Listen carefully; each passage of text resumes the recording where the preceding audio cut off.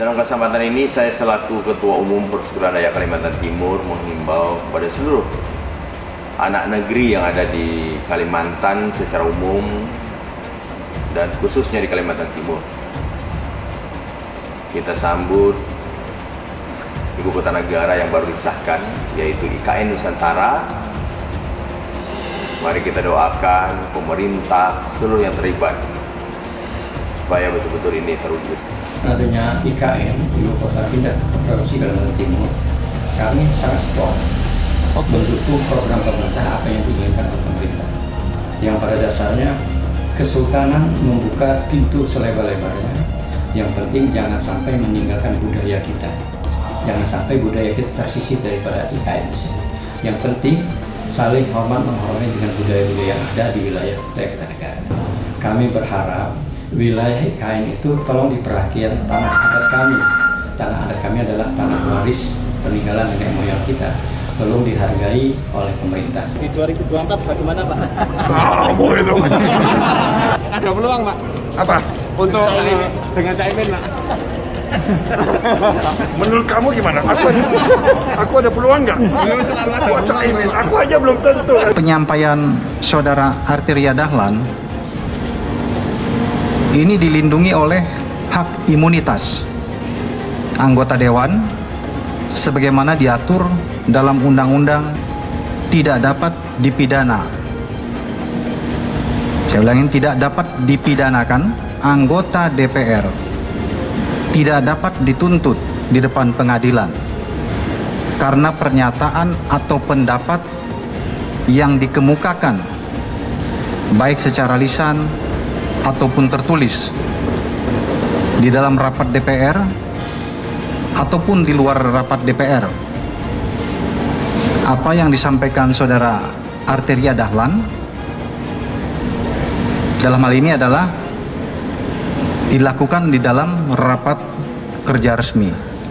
Nah ini juga di mana kita mengukur sebagai kualitas Ahok gitu kan. Ahok itu secara hukum pernah dipidana. Diakui atau tidak walaupun memang pidananya penistaan agama. Nah, kita lihat aja nanti siapa yang dipilih. Kalau memang nanti misalkan Pak Ahok berarti prediksi kita benar. Ya saya sih yes ya, tegas, nggak neko-neko dan pastinya nggak rasis. Ketika orang menyebutkan nama Ahok, kenapa kita rasa gatal badan, gemes-gemes, demam? Menyebutkan nama Ahok, salah satu di antara 4 orang yang disebutkan oleh Bapak Presiden, bahwa Presiden memiliki kewenangan tertinggi, dia memiliki hak prerogatif. Di mana salahnya ini? Masalah ini di mana salahnya kalau Ahok itu loh? Ahok dengan segala yang dimilikinya, semua satu republik tahu. Akan segera diputuskan dalam, insya Allah dalam minggu ini. Yang namanya kandidat Pak Ahok. Kalian berhenti untuk mengganggu Pak Anies. Kalian berhenti untuk mengganggu Pak Anies. Berhenti untuk ngerecokin Pak Anies. Pak Anies tuh hebat. Kalian harus tahu bahwa banyak pencapaian Pak Anies di Jakarta. Contohnya,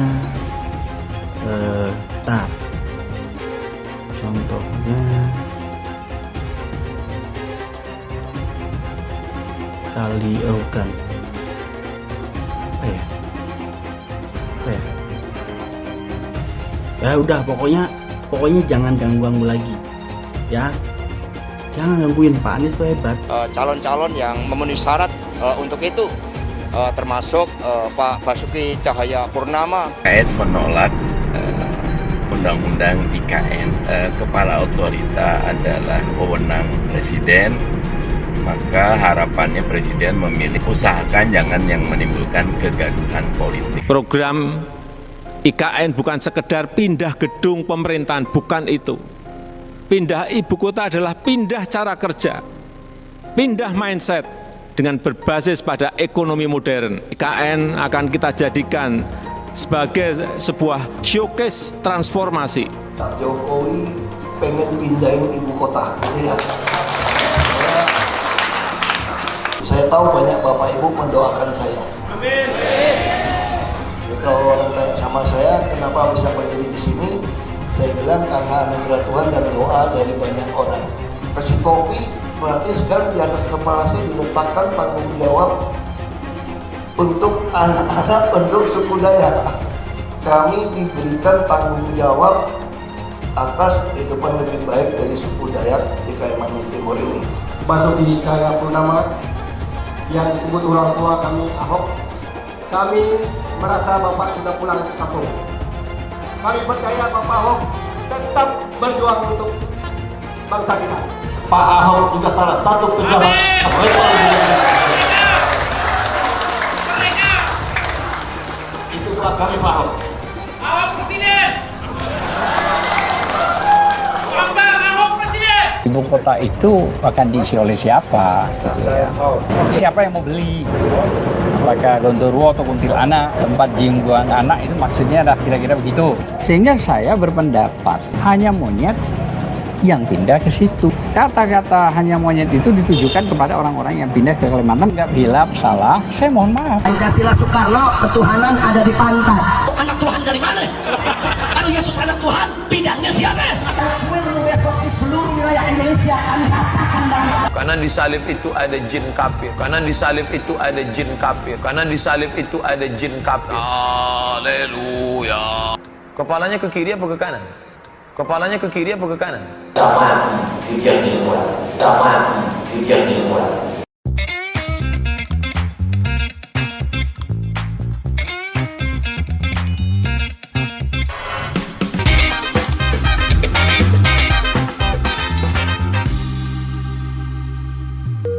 Video ini hanya untuk mereka yang punya logika. Bagi yang tidak punya logika, skip aja. Jadi ketika di pengadilan yang memvonis Pak Ahok itu 2 tahun, hak politiknya tidak dicabut. Bisa mengisi jabatan-jabatan publik. Nah, sepanjang hak politik itu tidak dicabut, ya itu bisa. Jadi kan tidak ada keputusan hukum Pak Basuki Cahayapurnama ini dibatasi. Gitu ya, atau tidak boleh mengisi jabatan-jabatan publik di negara gitu. Nah itu satu. Kemudian yang kedua adalah ini kan memilih kepala otorita, bukan memilih kepala daerah.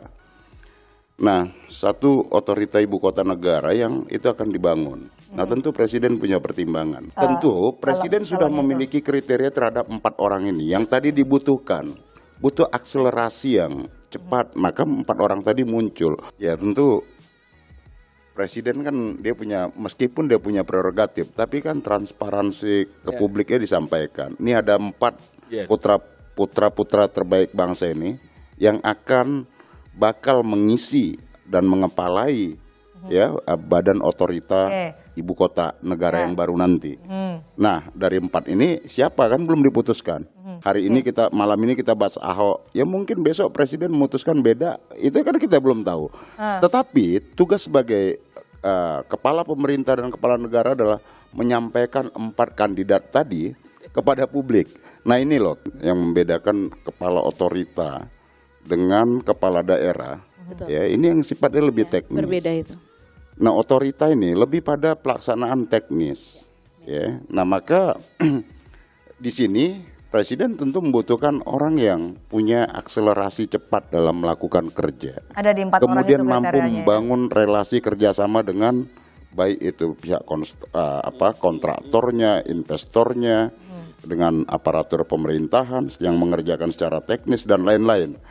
Nah, jadi tentu presiden sudah punya pertimbangan-pertimbangan terhadap 4 orang ini. Seperti yang tadi disampaikan Pak Ali Mohtar Ngabalin. Itu kan yang beliau sampaikan kan ini obrolan di belakang meja ya dengan presiden tentang kenapa harus 4 orang ini sebagai juru bicara utama presiden ya, Pak Ali Mohtar Ngabalin. Tentu presiden memilih orang-orang yang tentu harus dekat dengan beliau. Keempatnya sangat dekat. Otorita ini kan nanti akan banyak diisi banyak ini.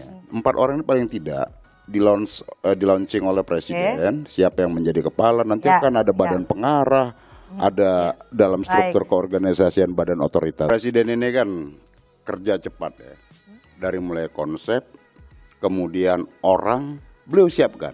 Nah ketika kemudian regulasinya dibuatkan nanti undang-undangnya, kemudian perpres sebagai turunannya langsung, otomatis. Nah jadi, apa yang disajikan presiden dari mulai ide tentang pemindahan ibu kota, kemudian bagaimana merealisasinya, dibentuklah badan otorita, kemudian siapa yang mengepalai, ditunjuklah 4 orang tadi. Kecepatan presiden ketika undang-undangnya ada, langsung beliau keluarkan perpres, sudah langsung kerja jalan. Yang disajikan oleh presiden adalah tadi tentang ide dan konsep pemindahan ibu kota. Kedua, ya, badan yang mengelola ibu kota untuk pembangunan ibu kota baru nanti. Kemudian yang ketiga itu adalah orangnya. Presiden menyampaikan itu kepada publik jauh hari. Nah, ketika regulasinya tuntas, rancangan undang-undangnya nanti disahkan menjadi undang-undang, tentu presiden sudah menyiapkan badan yang untuk mengerjakan teknis dan orang yang mengepalai badan tadi. Kalau saya ngelihat dari abjad saja, Ahok, siapapun yang dipilih nanti saya yakin mampu merealisasi ya keinginan presiden mewujudkan ibu kota negara baru Republik Indonesia 2024 itu bisa tuntas seperti itu. Nah, jadi 4 kandidat ini menurut saya adalah dalam rangka mewujudkan merealisasi ya program presiden dalam pemindahan ibu kota negara Republik Indonesia selesai 2024 nanti. Pak Ahok juga setengah-setengah di DPR, setengah nggak tuntas ya kan, lalu jadi wakil gubernur. Wakil gubernur lalu setengah juga lalu jadi gubernur. Gubernur juga setengah juga kan selesai gitu kan. Nah, ini juga di mana kita mengukur sebagai kualitas Ahok gitu kan. Ahok itu secara hukum pernah dipidana. Diakui atau tidak walaupun memang pidananya penistaan agama. Itu menjadi catatan penting bagi bangsa ini. Sebagai seorang pemimpin kepala daerah, ini menjadi catatan penting. Yang ketiga, saya melihat begini, kita tidak pernah nyinyir dengan Pak Ahok dengan siapapun ketika dia mampu. Tapi kalau kita melihat track recordnya gitu kan, lihat pertimbangan secara profesional, kemampuan, itu masih banyak yang lain begitu. Ya saya ada catatan kritis yang saya miliki, ada terindikasi di situ terkait dengan catatan-catatan latar belakang Pak Ahok, saya tidak sebutkan begitu. Menurut versi pemerintah kompeten, tapi bagi saya masih banyak yang lain. Memang ukurannya tadi track record, kinerjanya ketika menjadi kepala daerah, atau profesionalitasnya, ya kan, atau kan memang kedekatannya. Nah, kalau diukur, mohon maaf ya, dari misalkan kinerja, Azhar Anas jauh lebih baik kalau menurut saya. Di head to head aja. Nah, yang kedua, kalau memang diukur dari kedekatan, siapa yang tidak dekat Ahok dengan Pak Jokowi, bahkan mohon maaf ya, Pak Wakil Presiden pun kalah dekatnya dengan Pak Ahok dengan Pak Jokowi. Jokowi sedang melempar wacana dulu gitu. Dan memang tidak salah. Karena apa, saya melihat ingin cek ombak ini. Faktanya begini, ingin melihat respon publik bagaimana terhadap 4 kandidat itu, bukan hanya Pak Ahok. Kalaupun memang, ya ngapain tinggal pilih saja loh. Ngapain harus ribut-ribut gitu. Kalau memang Pak Presiden punya hak prerogatif, punya kewenangan sebagai kepala negara dan kepala pemerintahan, ya pilih saja langsung. Pak Jokowi ingin masih melihat respon publik, penting. Jadi bagaimanapun gini, pemerintah itu butuh dukungan publik, butuh dukungan rakyat. Dari situ saya melihatnya begitu. Saya melihat begini, kalau kita ingin menilai dari 4, tentu kita harus menilai mana yang nilai positifnya lebih tinggi, lebih banyak. Yang kedua, dari mana prestasinya lebih bagus. Kan kalau diukur head to head dari 4 kandidat, masih banyak yang lebih baik. Ya kan, oleh karena itu saya tidak menolak siapa-siapa, itu hak presiden kok. Ya kan? Cuma kita sebagai warga negara yang baik punya masukan dong, punya pertimbangan bahwa ibu kota baru itu harus dipimpin memang orang-orang yang kredibel, yang tidak banyak masalah, sehingga apa? Sehingga melajunya begitu cepat. Kan ini keinginan kita. Kita pun kalau presiden menunjuk Pak Ahok, ya silahkan saja, monggo, ya kan? 4 orang ini diajukan ke publik. Sekarang kan begini, publik di warung kopi sedang membahasnya, lalu kan di TV-TV, ya kan? Lalu juga akademisi juga sedang mengkaji. Ini saja, diukur saja. Siapa yang manfaatnya lebih banyak dan siapa yang madorotnya lebih sedikit, itu menjadi penting. Selain tadi profesionalitas, kapabilitas, kemampuan, kinerja dan lain sebagainya. Jadi itu menjadi penting. Kalau salah memilih, justru yang tidak enak kan pemerintah nantinya. Kalau ada apa-apa juga pemerintah. Ya, memang hak prerogatif presiden, silahkan. Ya, tadi catatan saya pilih yang terbaik. Kepala otorita itu memang kewenangan presiden. Kita harus objektif menilai siapapun, termasuk Ahok. Ya kan, dari 4 itu saya melihat tadi, kalau kita kembali kepada figur, ya cari figur yang tadi. Kita lihat aja nanti siapa yang dipilih. Kalau memang nanti misalkan Pak Ahok, berarti prediksi kita benar. Tapi kalau mungkin bukan Ahok gitu kan, artinya ada pergeseran pemikiran dari presiden. Pilih yang terbaik daripada yang terbaik. Karena begini, kalau yang dipilih mohon maaf salah pilih presiden gitu kan, lalu penolakan publik juga tinggi gitu kan, lalu presiden juga membiarkan, ini juga menjadi bahaya juga bagi pemerintah. Kepercayaan publik terhadap pemerintah nanti akan rendah. Kalau menyebutkan nama Ahok dan calon CEO bagi ibu kota negara baru, adakah yang ganjil di situ? Adakah yang bermasalah di situ?